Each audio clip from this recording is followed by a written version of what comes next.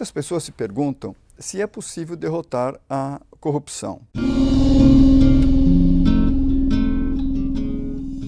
Na verdade, não é possível. Nenhum país do mundo conseguiu eliminar a corrupção. Mas é possível manter a corrupção e os corruptos acuados e diminuir muito a corrupção. Mas o modo como nós estamos encarando isso no Brasil não favorece esse processo. Nós estamos olhando muito para uma coisa que é a primeira camada da cebola, que é a corrupção sistêmica. Nós quase só falamos nisto. Corrupção sistêmica significa que você tem uma porção de pessoas de mau caráter ou pessoas de caráter fraco e há um sistema todo que favorece e até exige a corrupção para o Caixa 2, nas campanhas políticas, o achaque, empresários gananciosos e o antídoto a isso seria você ter maior controle e acabar com a impunidade, aumentando o tal do custo, né, do crime, o custo da corrupção. Entretanto, nós estamos esquecendo outras camadas da cebola. Além de ser uma corrupção sistêmica, nós temos no Brasil uma outra coisa que é a camada da corrupção endêmica. Como a palavra indica,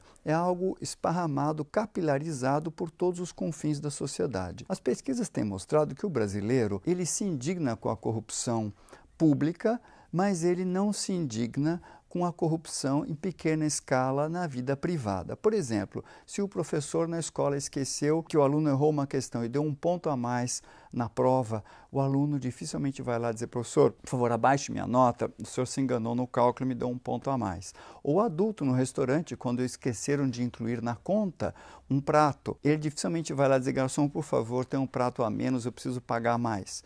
Ou se o guarda rodoviário quer multá-lo, dificilmente ele se indigna se houver a possibilidade de corromper o guarda e evitar a multa. Essa corrupção endêmica, ela é séria porque ela conversa com a sistêmica. Na verdade, uma desliza para a outra. Se você só combater a sistêmica e não combater a endêmica, ela vai reinfectar o tempo inteiro o sistema. Para combater a corrupção endêmica, o único modo é uma mobilização que impregne a sociedade, tal como nós já fazemos hoje, por exemplo, contra o racismo, contra o preconceito de orientação sexual, homofobia e muitas outras coisas. Esses assuntos hoje mobilizam a sociedade. Você vai ver no Jornal Nacional, no noticiário, você vai ver isso no rádio, em programas de rádio, em documentários, em novelas. O assunto é abordado por todos os lados, nas escolas, em livros didáticos, no teatro, na dramaturgia. Você impregna a sociedade numa espécie de campanha e mobilização em torno dessas causas, desses assuntos, e vai conquistando corações e mentes. Nós teríamos de fazer a mesma coisa com relação à corrupção, essa pequena corrupção do cotidiano. Nós não temos feito isso,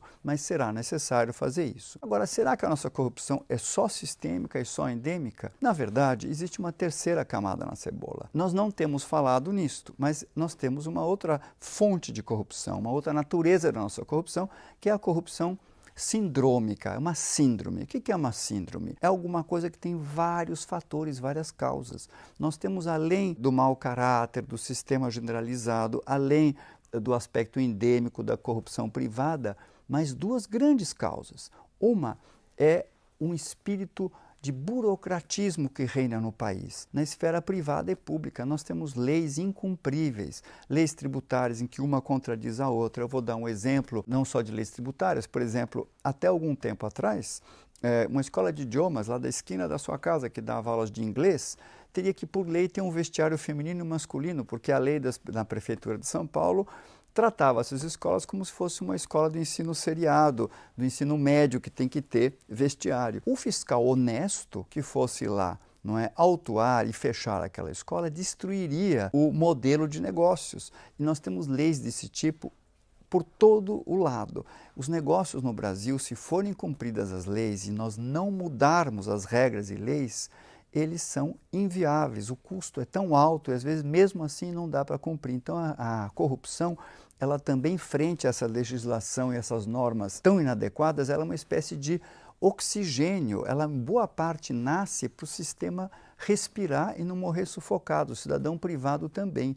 Se você só corrige a fiscalização e aumenta e não corrige a legislação, você destrói a economia ou você reinfecta e só aumenta o custo da corrupção, o que já está acontecendo. Em plena Lava Jato, os mesmos atores e outros continuam praticando corrupções tremendas por todos os lados, nada disso parou, mas subiu o custo. E para terminar, um outro aspecto ainda na corrupção sindrômica é a má gestão. Por exemplo, licitações que esmagam os preços dos fornecedores ao chão, supostamente pelo bem público. É inviável, o sujeito para ganhar a licitação aceita aquele preço louco, depois ele tem que fazer um aditivo em que ele mostra que ele vai quebrar se não acrescentar novos preços. O sistema público não tem controle disso, acaba aceitando e por ali se reinfecta de novo preços com sobrepreços e corrupção.